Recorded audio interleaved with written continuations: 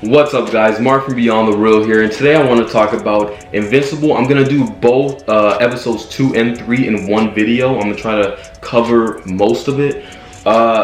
This series is pretty good. Like I said in the last episode, I didn't think it was going to be as good, but it really is. In this one, we see that Omni-Man, he's not recovered yet, and they're trying to figure out, what happened. And there's a guy named Darkblood, which I think is pretty cool. He's from hell, he's a detective, and he's trying to figure out, the pieces of the puzzle. He's trying to figure out what went wrong, and by the end of the third episode, he's close to what it is. But yeah, Omni-Man's not able to fight, so now it's up to Marc to go out there and be what his dad is for the world. And he goes there. There's an alien invasion at the beginning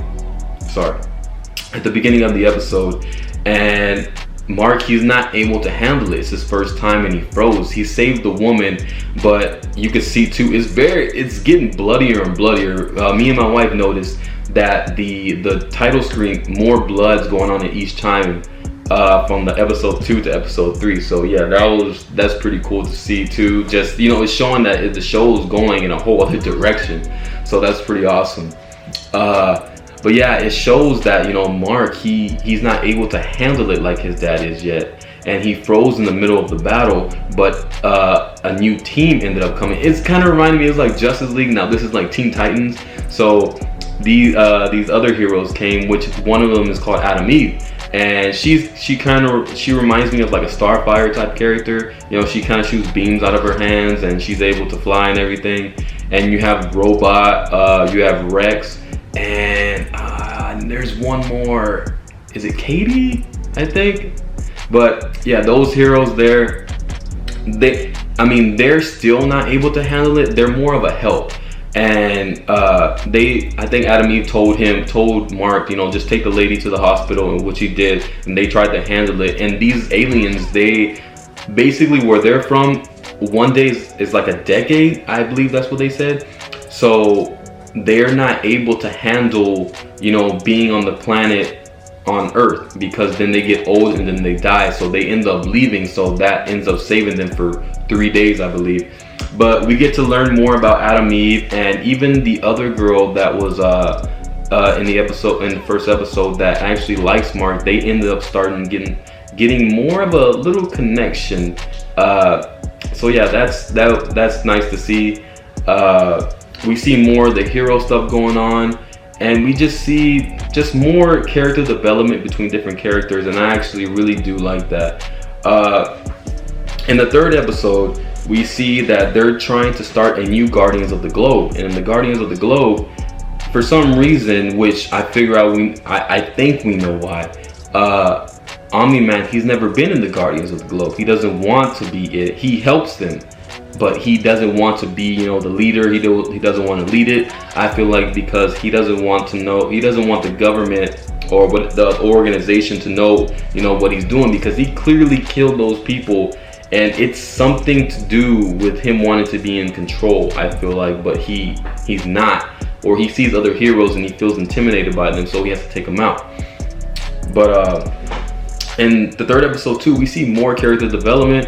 Actually, at the end of the episode 2, I believe it's episode 2, the aliens came back. This was the third time coming back. They were in the whole episode. And this time, Omni-Man, he was there, and he came back and he took them all out. He went to their world and literally stayed there for a long time. He was probably there for a decade, and he came back with a full beard. He took them out. He literally destroyed the world. So that was crazy to see. But I mean, this show is pretty fun. It's not ever boring. There's a lot of stuff going on, and it's crazy to think that it's Steven Yeun playing Mark Grayson. So that's pretty cool too. In the third episode, we actually see the Guardians of the Globe. At the end of the episode 2, we actually see the announcement that the Guardians of the Globe are finally you know, it's released publicly, because only like the important people, the superheroes, knew that the Guardians of the Globe have been killed. Now the public knew that the Guardians of the Globe are now dead. And in the third episode, they buried them, and they ended up explaining too that where they bury them, you know, where the cameras are and everything, that's not where they actually bury the bodies. That's just where the people, you know, so the people know, and they won't be like grave robbers and steal things, stuff like that, still relics so they can sell online. And we see that Omni-Man, for some reason, he wants to just move past it. But Darkblood's not letting him do that. And Darkblood, he's getting closer, and even the general, he seemed to really question Omni-Man, and you know, is that really all of it?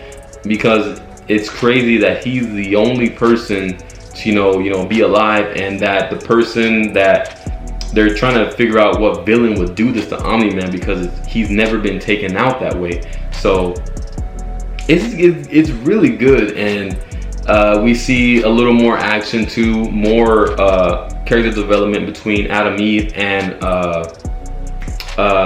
Invincible. They ended up going to Mount Rushmore, taking down a villain, and they ended up just working together, doing teamwork. He ended up leaving, you know, his almost girlfriend at home, and they ended up connecting on another level, but he still can't tell her. He's trying to balance out his, you know, real life duties with his superhero duties. And his dad does that very well, but I think his dad likes doing more superhero, and I feel like Invincible likes being more, you know, on Earth, you know, doing world things and doing things normal people would do. Yeah, he likes superpowers, he likes having them, but he also wants to feel like a normal kid. And, you know, he's trying to find that balance, but it seems like his dad, to me, it seems like his dad doesn't want him to have that balance. But well, I mean, overall, this series is pretty good. The first 3 episodes have been awesome. I really enjoy it. It's not boring at all. Marc Grayson is an awesome, you know, character, and I've never read the comics, so I don't know much about him like that. And now that I'm learning more about his character, I really do like it, and I like every other character. You know, the people, the new Guardians of the Globe was cool. And then at the end of the 3rd episode too, we see that Robot, he's trying to come up, he's plotting something to where he's creating a new Guardians of the Globe, but the first one that he made wasn't really working out. So he released the Mulder twins, and one of I guess the original twin ended up killing the original clone ended up killing the clone. And now I guess he's going to use that clone for the Guardians of the Globe, or he's gonna try to turn them or do something. So the Robot's plotting something. So I'm really curious to see what that's going to be about. Hopefully it's not like an evil Guardians of the Globe, or he doesn't turn evil or anything like that. But yeah, guys, that's my review for these 2 episodes. From now on, I'm gonna be reviewing them separately since they come out every Friday now. And yeah, so make sure you guys subscribe, make sure you hit that like button, and come back and check back for more.